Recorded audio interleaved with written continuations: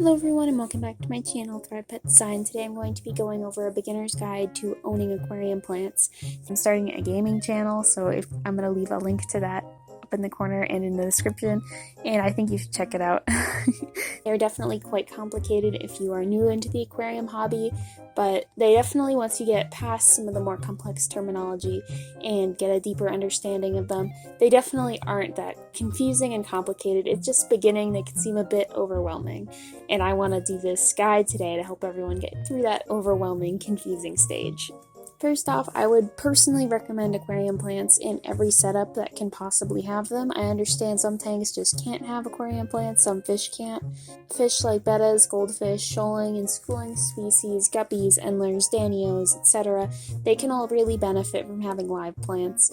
Live plants add oxygen into the water column, they remove nitrates from your tank, so you technically have to do a little bit less work. This doesn't mean you completely slack off, but it does mean that maybe instead of having to do a very strict water change schedule, if you're busy, you can kind of skip a day, you know? They also add lots of enrichment, and the tank is honestly much more aesthetically pleasing to you and provides more interest to the owner and to the fish. And that's honestly, all of these points are super important, and that's why I think that everyone should have live plants, because it kind of creates this ecosystem that is just beneficial for everyone that is involved, and it makes owning fish so much more enjoyable. It's not like work anymore, it's more fun, it's something that's kind of enjoyable to look at all of the time, and I think that that is the biggest reason why I'm like, if you can have plants, please buy plants, please buy plants. Owning aquarium plants might seem a bit complicated in the beginning, but once you get used to owning them, they're definitely not that difficult. I personally find them to be easier than owning houseplants, and I own quite a few houseplants as well as aquarium plants. It's really based on your level of experience, though. Some people have different types of water, and that just doesn't always work with every single type of plant.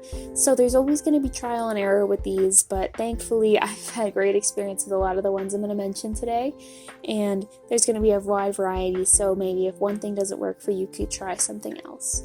And thankfully, while they're definitely not free, there are some really good places where you can buy relatively cheap aquarium plants, and they go really well. First things that I wanted to go over were some easy plants that I would recommend for everyone. I'm going to go over the individual conditions of them.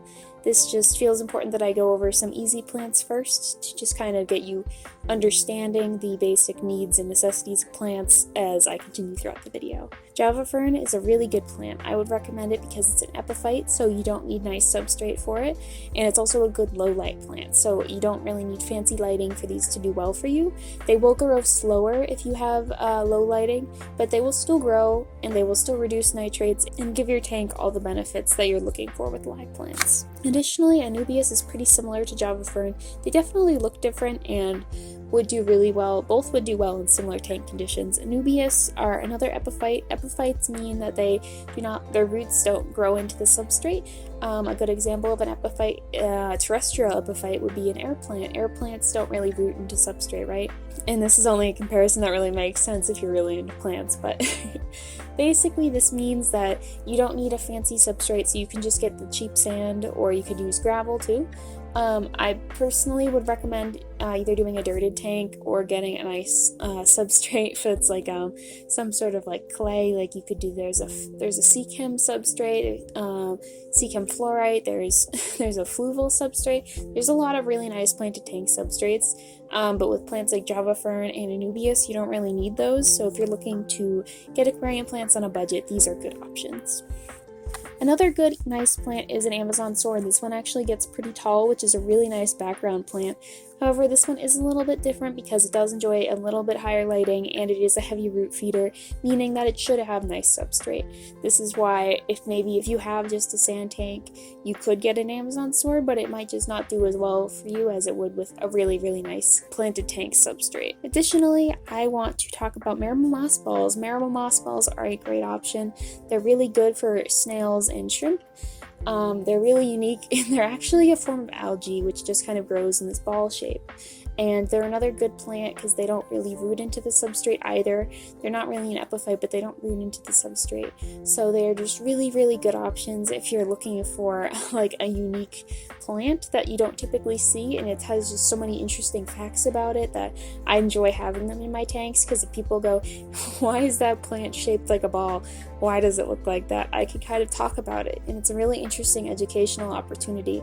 And because of their size and how much they can grow, they are really good at reducing nitrates, and the shrimp and snails, if you own any, really enjoy them. Java moss is another low light plant that I would recommend. This basically grows like moss. It can grow out of water with as long as the humidity is really high and it gets enough water, and it can also grow underwater. There are two different forms of it, if it's growing immersed or submersed. I really enjoy keeping it underwater. It's like the way when it gets really, really big and starts spiking out, it's kind of cool because it provides a lot of crevices and hiding places for your fish. Guppy grass is another great plant that I would recommend for literally everyone. They're an amazing stem plant. They grow quite a bit though, so maybe if you're not ready to be doing plant maintenance to that level, then maybe I wouldn't recommend guppy grass, but that's like the only reason. They do well in a lot of different lighting conditions, but I've found that with more nitrates and more lighting, they grow like so amazingly. It's so cool to see, and I would highly recommend them just because they also, like the Java moss, offer a lot of hiding places, which is really good for fish fry or shrimp. And the last plant I'm going to talk about for easy plants is hornwort. Hornwort is a super cool free-floating plant that can also be put into the substrate, but I prefer to have it free-floating because it just looks so cool, and you can really get a sense of how much it grows when it's free-floating. This is a really cool plant. It literally sucks in nitrates. It's so cool to watch. Like, it just reduces nitrates like amazingly, and I would really recommend this to basically anyone, because just like under good lighting conditions and with a lot of nitrates, or not a lot of nitrates, but a decent amount of nitrates in the tank, it can literally grow like up to an inch a day, and it's so cool to see that grow. And you can constantly be cutting off and creating more plants to give to other fish keepers and maybe people who haven't had the opportunity to take care of plants in ecosystems like this before, and that's just such a cool opportunity to have. So I would highly recommend hornwort if you have any available to you. Fertilizers are in my next subject here. I wanted to talk about them because I personally like giving my plants fertilizer. Some people don't, because maybe their fish tanks they feel offer enough nutrition on their own. I personally think that there are a lot of macro and micronutrients that cannot be offered just through the nitrates of the fish waste. So I offer fertilizers. They can help with plant growth, but are definitely not a requirement, as I said. But this is just through my experience that I do use Seachem Flourish Excel and Seachem Iron. I have had really good experience with the Seachem Iron because they really help to bring out that pinks and reds in plants, and I love using it.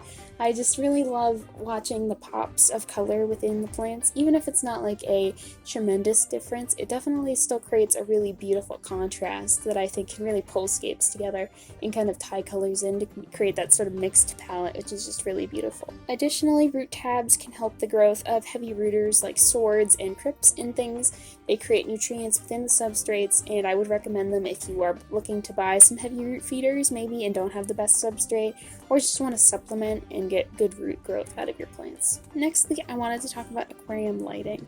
Lighting in your aquarium is important because having specific lighting can really help your plants do really, really well. I personally have used Naru lighting as well as the Phoenix Stingray lighting. Both have done really well for me. I personally prefer the look of the Phoenix Stingray lighting.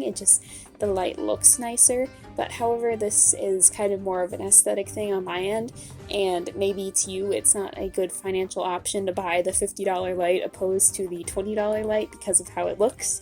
So both are really, really high quality lights, and I could encourage both of them. You could use LED strips from the hardware store or Fluval lights. All of them would work really well, especially for different types of budgets. Finally, if you're looking to bring home some of these plants, I thought I would just mention where I would recommend getting them. I would recommend supporting your local fish store or high-quality site like boostplant.com.